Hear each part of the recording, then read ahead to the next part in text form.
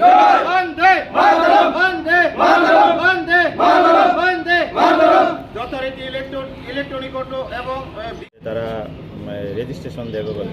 তো এর প্রতিবাদে আজকে আমরা জয়েন্ট ট্রান্সপোর্ট কমিশনের সাথে আমরা সাক্ষাৎ করছি, যাতে আগরতলার যানজট প্রচণ্ড, এই যানজট থেকে মুক্তি পাওয়ার জন্য এবং নতুন এই গাড়িগুলিকে যাতে আগরতলা শহরে পারমিশন না দেওয়া হয়, এই পৌর নিগম এলাকায় যাতে পারমিট প্রদান না করা হয়, অটোর পারমিট, এবং আমাদের তো পারমিট নেই ইলেকট্রনিক অটোগুলি, এগুলি তো সব জায়গায় চলতে পারে। তো এগুলি যাতে আমরা পারমিশন না দেয়, সরকার বিক্রি এবং রেজিস্ট্রেশন দুটোই যাতে বন্ধ থাকে, এটা আমাদের দাবি।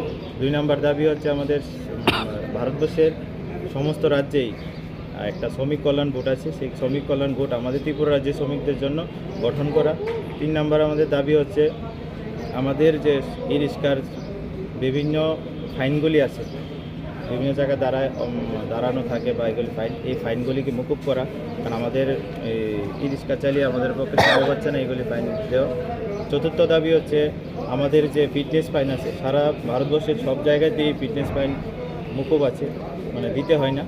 তো আমাদের ত্রিপুরা রাজ্যে আমরা ডেটের পরে যখন পরের দিন যাই আমরা করতে, তো আমাকে 50 টাকা করে ডেলি ফাইন দিতে, এই ফাইন মুকুব করা। আর কয়টা দেবে আপনাদের? 5টা দেবে। আপনার কে কে আছেন এখনো পরিচয়টা? আমি ওয়েস্ট ত্রিপুরা ইলেকট্রনিক রিক্সা শ্রমিক সংঘের প্রভারী।